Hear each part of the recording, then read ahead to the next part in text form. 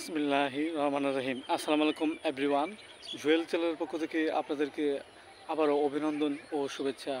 আজ আপনার মাঝে একটি নতুন ভিডিও নিয়ে আলোচনা করব। ভিডিওটি হলো নাকে ঘা কিভাবে হয়। দেখেন এভরিওয়ান, এটি একটি ইম্পর্টেন্ট একটি ডিজিজ অফ দি হিউম্যান।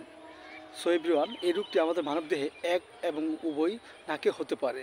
ইয়া হওয়ার কারণ হলো আমাদের মাঝে যদি কোনো উপদংশজনিত কোনো কারণ থাকে, কিংবা আমাদের নাকে কোনো ইনফেকশনজনিত কোনো কারণ থাকে, অথবা আমাদের নাকে সব সময় যদি ঘন ঘন সর্দি হয় এবং পানি ঝরে এবং অনেক সময় পিক বের হয়, এর ফলেও আমাদের মাঝে নাকে ঘা হতে পারে। সো এভরিওয়ান, এই রোগটি আমাদের মাঝে হলে যে লক্ষণগুলো থাকে তা হলো, এই রোগ আক্রান্ত ব্যক্তিটির যদি সব সময় যদি সর্দি নাকে লেগেই থাকে, এর ফলে যদি নাকে ঘা হয় এবং পিক পরে, পানি পরে, লোকজন কাছে বসতে চায় না, প্রচুর দুর্গন্ধ থাকে, এক্ষেত্রে আমরা যে ওষুধটি সেবন করব সেটা হলো ব্যালসাম পেরু 30। আমরা 2 ফোঁটা করে সকাল বিকাল 2 বার সেবন করতে পারি।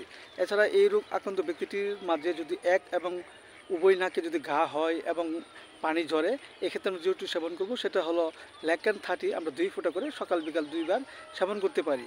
এছাড়া এই রোগ আক্রান্ত ব্যক্তিটি মাঝে যদি নাকে ঘা হয় এবং অল্প ধরলেই যদি রক্ত বের হয় এবং নাকটি চটচটে আঠার মতো সর্দি জ্বরে, এক্ষেত্রে আমরা যে ওষুধটি সেবন করব সেটা হলো হাইড্রাস্টিস 30। আমরা 2 ফোঁটা করে সকাল বিকাল 2 বার সেবন করতে পারি। এছাড়া আমাদের হোমিওপ্যাথিক যে বায়োকেমিক বড়ি সালোসিয়া 6S 4টি করে বড়ি চিবিয়ে হালকা গরম কুসুম পানি সহ আমরা সকাল বিকাল 2 বার সেবন করতে পারি। এবং বায়োকেমিক বড়ি ক্যালকুলেট 4-6S 4টি করে বড়ি চিবিয়ে হালকা গরম কুসুম পানি সহ আমরা সকাল বিকাল 2 বার সেবন করতে পারি। এতে করে আমাদের মাঝে যে নাকে ঘা হয় তা আস্তে আস্তে দূর হয়ে যাবে এবং আমাদের মধ্যে সুস্থ অবস্থা ফিরে আসবে। সো এভরিওয়ান, ভিডিওটি ভালো লাগলে অবশ্যই আপনারা লাইক দিবেন, সাবস্ক্রাইব করুন, পাশে থাকবেন। Thank you so much.